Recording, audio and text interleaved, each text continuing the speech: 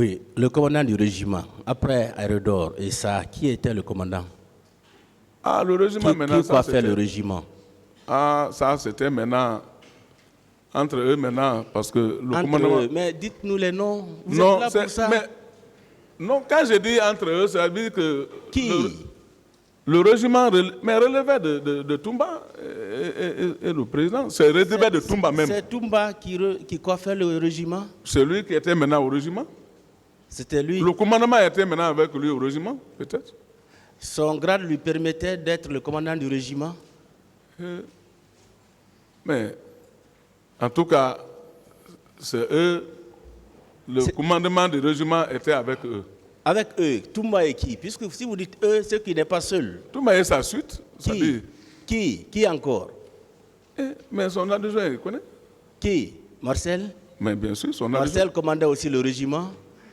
Ah, c'était son adjoint? Il commandait aussi le régiment? Bien sûr. Il donnait aussi des ordres? Eux, ils donnaient tous des ordres là-bas. Tous? D'accord. Et est-ce que les hommes de Kébro portaient souvent des bérets rouges? Moi, c'est ici que j'ai appris ça. Sinon, les gens de Tébro ne portent pas le béret rouge. Eux, c'est les bérets verts plus des bodys noirs. Ils n'ont jamais porté de béret rouge? Non. Ils ont resté toujours gendarmes. D'accord. Il y a souvent eu des altercations entre eux et les éléments de la présidence? Ah, bon, moi, je ne peux pas dire que j'en connais profondément parce qu'un jour, il y a eu des discussions entre eux, mais peut-être eux, ils sont mieux placés. Vous étiez là lors de ces discussions? Vous étiez présent lors de ces discussions? C'est ce que j'ai dit. J'ai dit, moi, j'avais appris qu'il y a eu des discussions entre eux, parce que ce jour-là, je n'étais pas encore au camp, j'étais encore en mouvement. Et ces discussions étaient dues à quoi? Bon, moi, je ne sais pas. Je n'en sais pas. C'est quand on est venu, après quelques jours, j'ai vu maintenant qu'il a dit qu'il va déménager derrière, à côté, c'est-à-dire dans le camp, mais hors du cercle du régiment. Bien, des armes avaient été sorties du magasin pour être embarquées dans un camion ou des camions. Vous avez appris cela là-bas? Non, je n'ai pas appris ça. Vous n'avez jamais appris ça? D'accord. Et à quelle heure vous étiez revenu au camp Alpha Yaya après Manéa? Après Manéa, je dis que presque vers, ça peut être maintenant vers midi. Midi? Ouais. Et à midi, vous n'avez rien appris? Ou bien sauf l'information que vous avez reçue à Bambeto? Non, d'abord, j'ai bien dit que c'est à partir de Bambeto d'abord que les gens qui étaient à Bambeto ont commencé à murmurer ça. Ils m'ont parlé, j'ai dit, ah bon? J'ai dit, si c'est fait comme ça, je rentre au camp. Ils vous ont dit que c'était au stade? Ils ont dit que non, ils ont dit qu'il y a vos collègues militaires qui ont tiré sur nos parents au stade du 28 septembre. Vous n'avez pas été voir là-bas? Non, je n'ai pas été voir là-bas. Directement, j'ai dit que, attends, je vais aller rendre compte au président. Et quand vous êtes arrivé au camp vers midi, vous avez trouvé le président d'Addis dans quel état? Non, il était Est-ce qu'il était déjà informé? Hein? Est-ce qu'il était déjà informé de ce qui se passait au stade? Ah bon, moi quand je suis parti, j'ai trouvé d'abord au camp, il était toujours à son bureau. Moi je lui ai parlé, il a dit que, qu'il n'en sait rien. Il a dit seulement comme ça qu'il n'en sait rien. J'ai dit d'accord, moi je suis parti au bureau. Marcel était au camp en ce moment? Je n'ai pas vu personne là-bas, eux là. Personne? Ouais. Donc ils étaient tous censés être au stade? Ah, en tout cas, je ne l'ai pas vu. Je n'ai jamais vu, je n'ai pas vu ceci là au camp ce jour-là.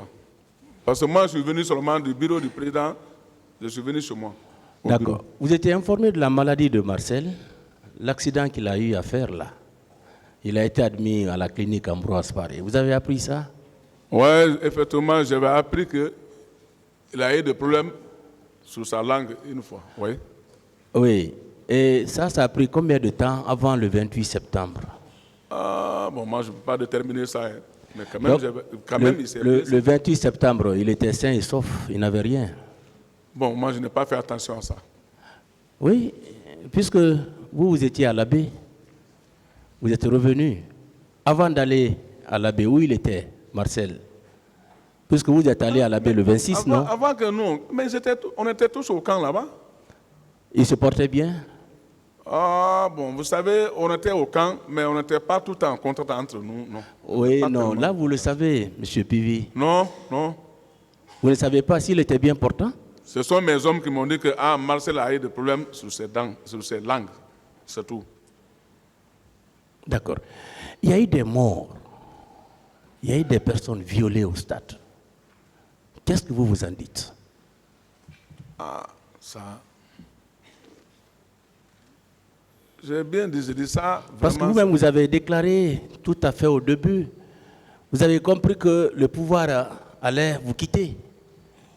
Quand ces événements-là sont arrivés. C'est moi-même qui ai dit. Oui, c'est ce que vous avez dit. J'ai dit. Quand ces événements-là sont survenus, vous avez dit dit que le pouvoir allait vous quitter parce que les faits étaient très graves. Mais bien sûr. Voilà. C'est moi qui ai dit ça. J'ai dit, mais si les amis sont allés faire le dégât au stade, ça déshonore, ça va gâter notre pouvoir, c'est normal. Voilà. Donc vous êtes convaincu que vos amis étaient effectivement au stade? Mais pour ça, mais ils ont dit. D'accord. Et vos hommes étaient souvent armés? Vous étiez armés souvent? Vous, personnellement, vous aviez des armes? Si. Vous avez combien d'armes? On ne peut pas aller derrière un militaire armé que toi tu n'es pas armé. Vous avez quel genre d'armes? C'est nos PMAK. PMAK. Ouais. C'est tout? Vos 30 hommes également avaient des armes PMAK? Ils ont tous des PMAK. Tous ceux qui étaient au régiment, chacun avait un PMAK. Mais en partant, si c'est la journée en mission, les PMAK sont dans les véhicules. C'est quand on doit aller affronter un militaire qui est armé, là, chacun prend son arme. Ça, c'est clair.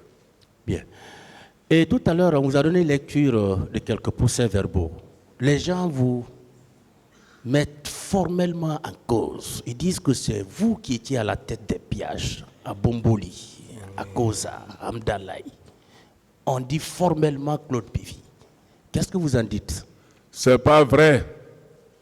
S'ils n'ont pas à me féliciter, c'est pas vrai. Ils doivent me féliciter au contraire parce qu'ils n'ont qu'à dire que moi j'ai beaucoup protégé leur boutique, mais moi je n'ai jamais pillé une boutique dans ce pays-là. Bien, pour le moment, merci Monsieur le Président. On a aidé les gens ici.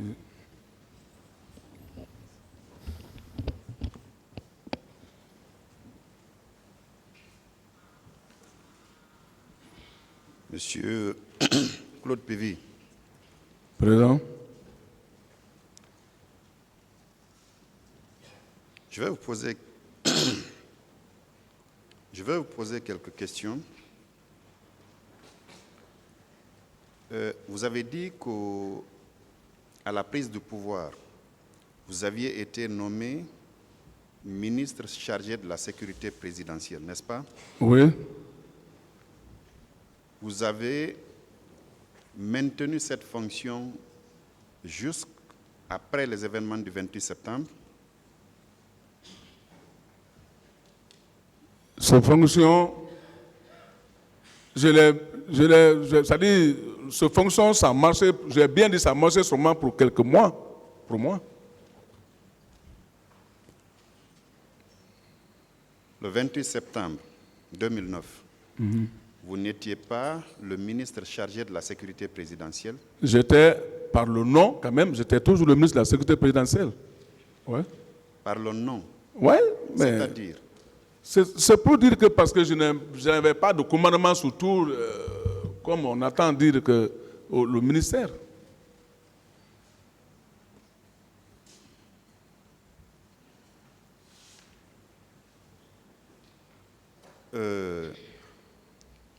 Dans l'enceinte du camp, le bâtiment que vous occupiez, c'est un bâtiment à 2 étages.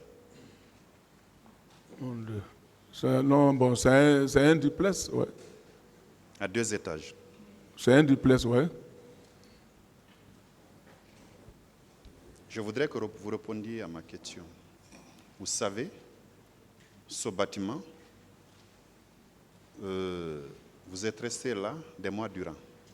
Vous êtes à même de dire si c'est un bâtiment à 1 niveau, à 2 niveaux ou à 5 niveaux. Est-ce que c'est un bâtiment à 2 étages? C'est un duplex, c'est-à-dire qu'en haut, là, c'est inachevé. Il n'y a même pas de porte, rien. Donc, nous on occupait en bas.